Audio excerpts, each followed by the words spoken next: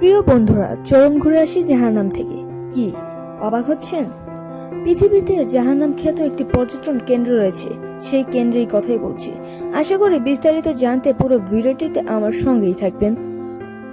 আসসালামু আলাইকুম, আপনাদের সবাইকে নিউজ 246 এর আরো একটি নতুন এপিসোডে স্বাগতম।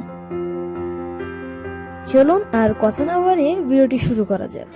জাহান্নামের দরজা নামে খ্যাত একটি পর্যটন এলাকা রয়েছে তুর্কমেনিস্তানের রাজধানী আরজাবাদ থেকে প্রায় 260 কিলোমিটার উত্তরে অবস্থিত মরুভূমিতে বিশাল একটি গর্ত রয়েছে, যা প্রায় 230 ফুট ও গভীরতা 65 ফুট। 40 বছরও অধিক সময় ধরে এই গর্তের আগুন জ্বলে যাচ্ছে এবং নেভার কোনো লক্ষণই দেখা যাচ্ছে না। 1971 সালে কয়েকজন সোভিয়েত ভূতত্ত্ববিদ খনিজ তেলের সন্ধানে কায়াকুমের মোর অঞ্চলে অভিযান চালায়।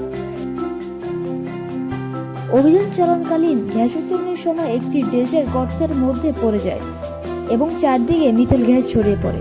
তখন মিথেল গ্যাস ছড়িয়ে পরিবেশের ক্ষতির সম্ভাবনা দেখা দিলে সেখানে আগুন ধরিয়ে দেওয়া হয়।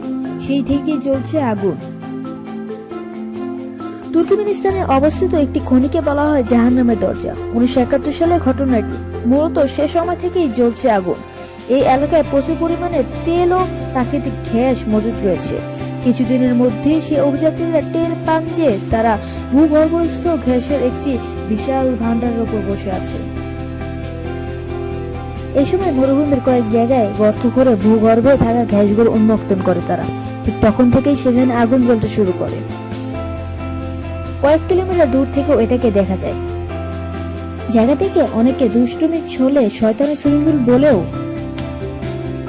2010 সালে এপ্রিলে দেশটির রাষ্ট্রপতি জায়গাটি পরিদর্শন করে তা বন্ধ করার আদেশ দেন, তবে সে আদেশ কার্যকর হয়নি। এই বিশাল গর্ত থেকে ক্রমাগত নির্গত হতে থাকে মিথেন গ্যাস। এই আগুনের তাপ এতই বেশি যে 2 মিনিটের বেশি সেখানে থাকাই যায় না।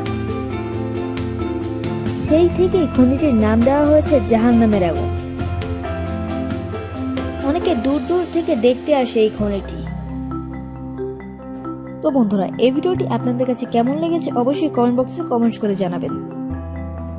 ভিডিওটি যদি ভালো লেগে থাকে তাহলে লাইক ও শেয়ার করতে পারেন, কারণ আপনার একটি লাইক ও একটি কমেন্ট আমার আরো একটি নতুন এপিসোড তৈরি করতে উৎসাহ দেয়। এরকমই আরো নতুন নতুন রোমাঞ্চকর ভিডিও পেতে সাবস্ক্রাইব করে আমাদের পাশে থাকুন।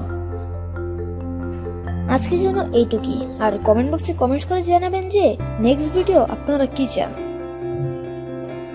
ততক্ষণের জন্য আপনারা সকলেই ভালো থাকুন, সুস্থ থাকুন। আল্লাহ হাফেজ।